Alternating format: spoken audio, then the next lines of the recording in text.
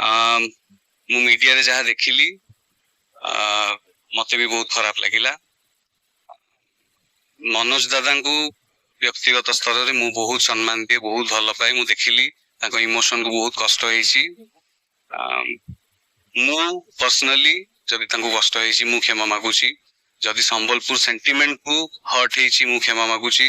ମୁଁ ନିଜେ ଦେଖିବାକୁ ଗଲେ ମୁଁ ସମ୍ବଲପୁରିଆ, ମୋ ମାମା ସମ୍ବଲପୁରିଆ। ତ ସେଇ ଜିନିଷଟାକୁ କେହି ଛଡେଇକି ନେଇପାରିବେନି। ସମ୍ବଲପୁର ଆମ ଭିତରେ ଅଛି, ସବୁ ଓଡିଆଙ୍କ ଭିତରେ ଅଛି। ଆଉ ଏଇ ଯୋଉ ଜିନିଷଟି ଘଟିଛି ଏଟାକୁ ଆଉ ଏସ୍କାଲେଟ୍ ନ କରାଯାଉ, ଏଟା ଗୋଟେ ହମ୍ବଲ ରିକ୍ୱେଷ୍ଟ କରିବି।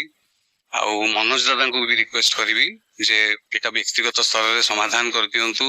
ଏଟା ଓଡିଆ ଇଣ୍ଡଷ୍ଟ୍ରି ପାଇଁ ଭଲ ହବ, ଆମ ସମସ୍ତଙ୍କ ପାଇଁ ଭଲ ହବ।